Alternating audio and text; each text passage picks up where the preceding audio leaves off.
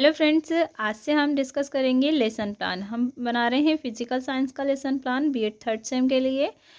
ये आपको BEd, DEd, DElEd सभी के लिए यूज़फुल है, तो आप इसे ध्यान से समझेंगे। सबसे पहले तो हम देखेंगे इसका इंट्रोडक्शन। तो पाठ्य योजना जब हम बनाते हैं तो पाठ्य योजना के बारे में हमें थोड़ा सा लिखना होगा। जब भी हम लेसन प्लान बनाएंगे तो उसका थोड़ा सा इंट्रोडक्शन तो लिखना ही होता है हमें। तो हम लिखेंगे सबसे पहले पाठ्य योजना का अर्थ। तो थोड़ा सा पाठ्य योजना के बारे में लिखेंगे। मैं आपको जल्दी जल्दी बताते जाऊंगी, आप वीडियो को रोक रोक के लिख सकते हैं। ठीक है, इसके बाद हम लिखेंगे कुछ परिभाषाएं पाठ्य योजना की। जैसे जिसने परिभाषाएं आप 1, 2, 3, 4 जितनी चाहे लिख सकते हैं। फिर पाठ्य योजना की उपयोगिता, महत्व, ये सारी उपयोगिता है, महत्व लिख लेंगे उनके। उसके बाद ये 6 से 7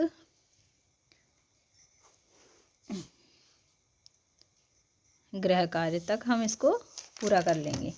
ये हमारा पाठ्य योजना की उपयोगिता और महत्व।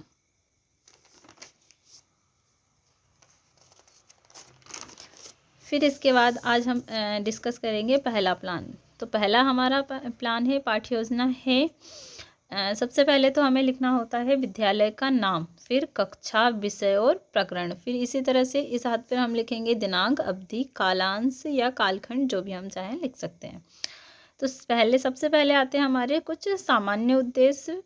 तो सामान्य उद्देश्य हमारे जो हैं वो विषय के आधारित होते हैं। जैसे जो भी विषय है आपका, हिंदी है, सामाजिक विज्ञान है, गणित है, तो आप उस तरह के उसके सामान्य उद्देश्य रहेंगे। सामान्य उद्देश्य विषय पर आधारित होते हैं, इसलिए एक विषय के जितने भी आप पाठ्य योजना बनाए सभी में सामान्य उद्देश्य तो सेम ही आएंगे। जैसे हम विज्ञान का बना रहे हैं तो हम क्या लिखेंगे, छात्रों में विज्ञान के प्रति रुचि जागृत करना, छात्रों में सोचने समझने की क्षमता का विकास करना, छात्रों की तार्किक क्षमता का विकास करना, छात्रों की विज्ञान विषय के द्वारा कल्पना शक्ति बढ़ाना, छात्रों को विज्ञान के अनुप्रयोगों से अवगत कराना। ये हमारा विज्ञान के लिए है। इसी तरह से गणित का रहेगा तो भी हम गणित के लिए कहेंगे कि गणित में रुचि उत्पन्न करना और तार्किक क्षमता का विकास करना। इस तरह से विषय के अनुसार हम सामान्य उद्देश्य लिखेंगे।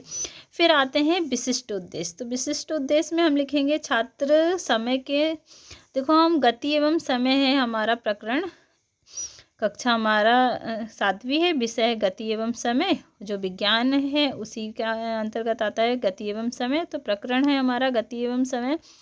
तो जो सामान्य उद्देश्य है वो विषय से आधारित होंगे कि जो भी हम विषय ले रहे हैं उस पे, और जो हमारा विशिष्ट उद्देश्य है वो हमारे प्रकरण पर आधारित होंगे कि हम क्या प्रकरण ले रहे हैं। जैसे हमने लिया है गति और समय, तो हमारा विशिष्ट उद्देश्य रहेगा कि छात्र समय के बारे में विस्तार से जान सकेंगे। भाई गति और समय के बारे में पढ़ रहे हैं तो छात्र किसके बारे में जानेंगे, समय के बारे में।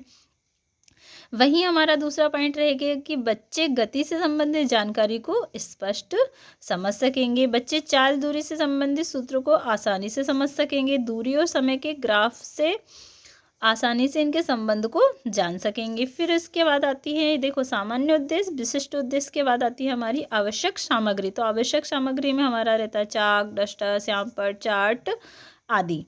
अब जैसे ही हम आवश्यक सामग्री लिखेंगे इसके बाद आती है हमारी पूर्व ज्ञान।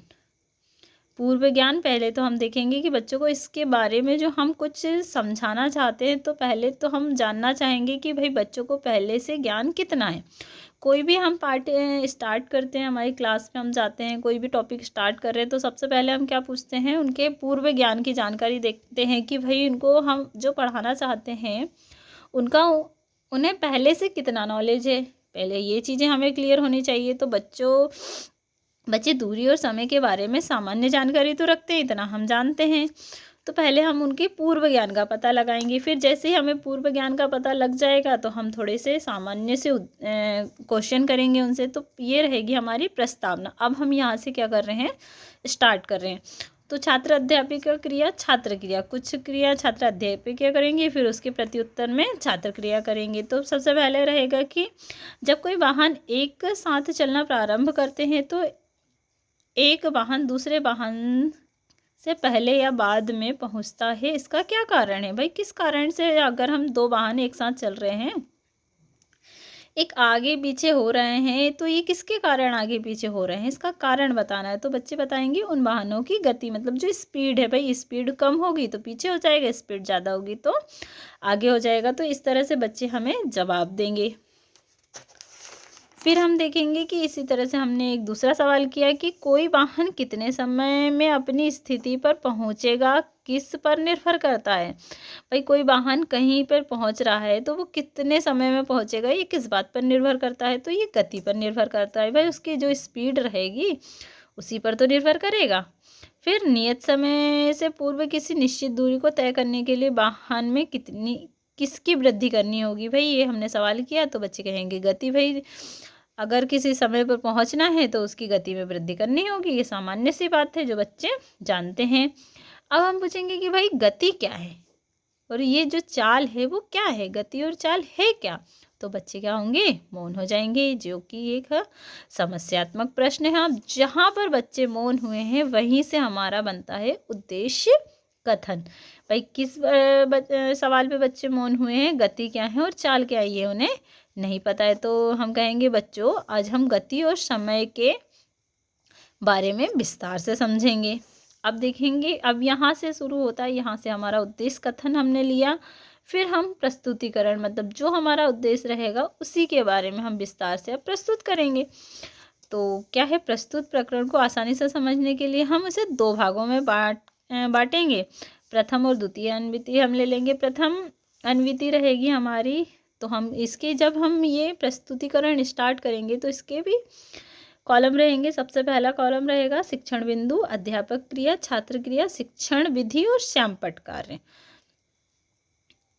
ठीक है, इसके यही कॉलम रहते हैं हमारे हमेशा प्रस्तुतिकरण के, ध्यान रखेंगे। तो शिक्षण बिंदु में हम क्या लिखते हैं, जो हमारा प्रकरण रहता है, जैसे गति, चाल, दूरी की परिभाषाएं रहेगी। यहाँ पर विकासात्मक प्रश्न रहेंगे। जब भी आप प्रस्तुतिकरण स्टार्ट करें तो सबसे पहले आपका आता है विकासात्मक प्रश्न। कुछ प्रश्न लेंगे आप।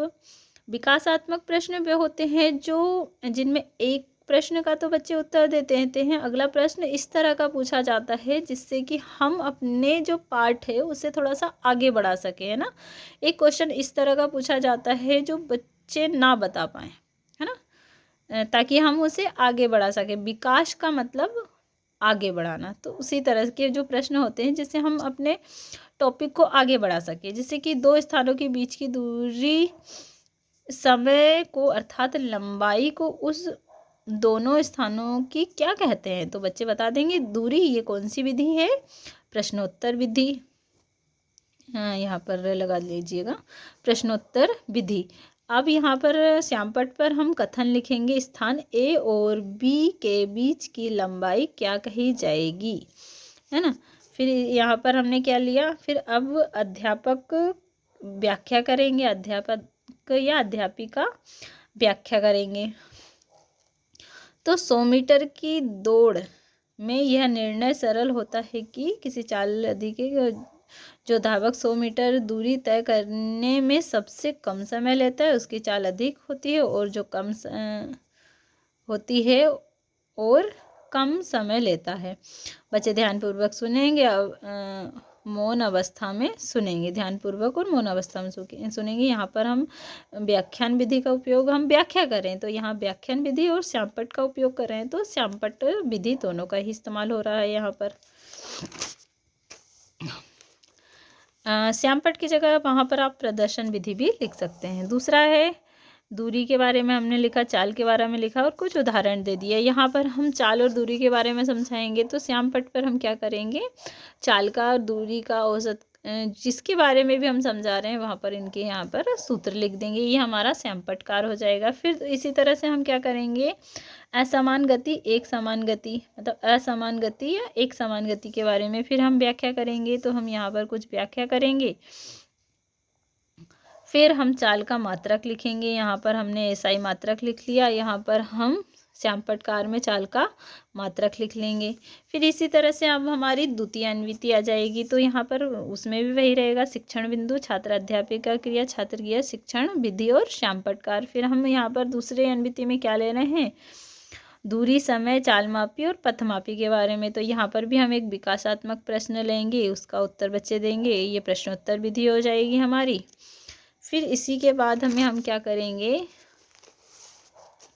व्याख्या करेंगे। व्याख्यान कथन, व्याख्या के रूप में हम कोई कथन लेंगे। तो हाँ, हम दूरी के बारे में कुछ व्याख्या देंगे। यहाँ से दूरी का सूत्र लिखाया हमने। फिर समय के बारे में कुछ व्याख्या दी हमने, समय का सूत्र लिखाया। बच्चे क्या कर रहे हैं, मौनावस्था में शिक्षक की बातों को सुनेंगे। ये व्याख्यान विधि और श्यामपट्ट का भी उपयोग हो रहा है। तो यहाँ पर श्यामपट्ट विधि की जगह पे आप प्रदर्शन विधि भी लिख सकते हैं। यहाँ पर क्या हुआ है हमारा, हमने दूरी का सूत्र लिखा है, यहाँ पर हम समय का भी सूत्र लिख सकते हैं। फिर चालमापी, यहाँ पर चालमापी के बारे में बताएंगे। तो बच्चे क्या करेंगे, शांतिपूर्वक बात को सुनेंगे। हम व्याख्या दे रहे हैं, यहाँ भी व्याख्यान और प्रदर्शन विधि या श्यामपट्ट विधि है। यहाँ पर चालमापी के बारे में हमने लिख दिया कि ये चालमापी क्या होती है। अब ये समझाने के बाद में होते हैं हमारे बोधगम्य प्रश्न। अब इसमें कौन से, बोधगम्य या बोधात्मक प्रश्न भी हम इन्हें कहते हैं।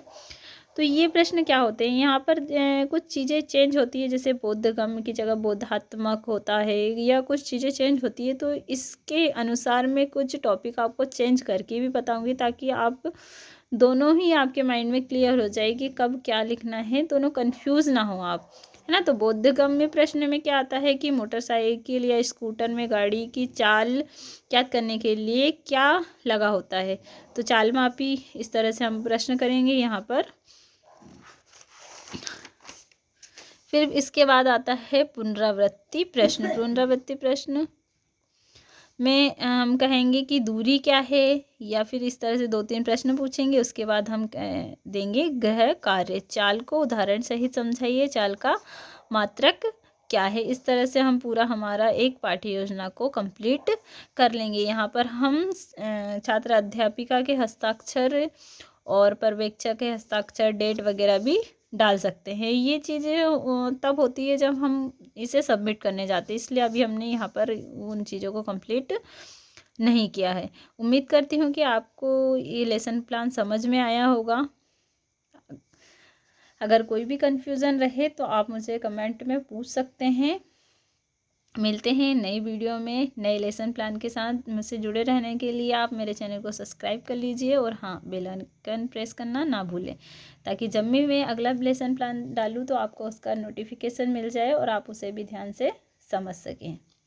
मिलते हैं नए वीडियो में, तब तक के लिए अपना ध्यान रखिएगा। Bye bye.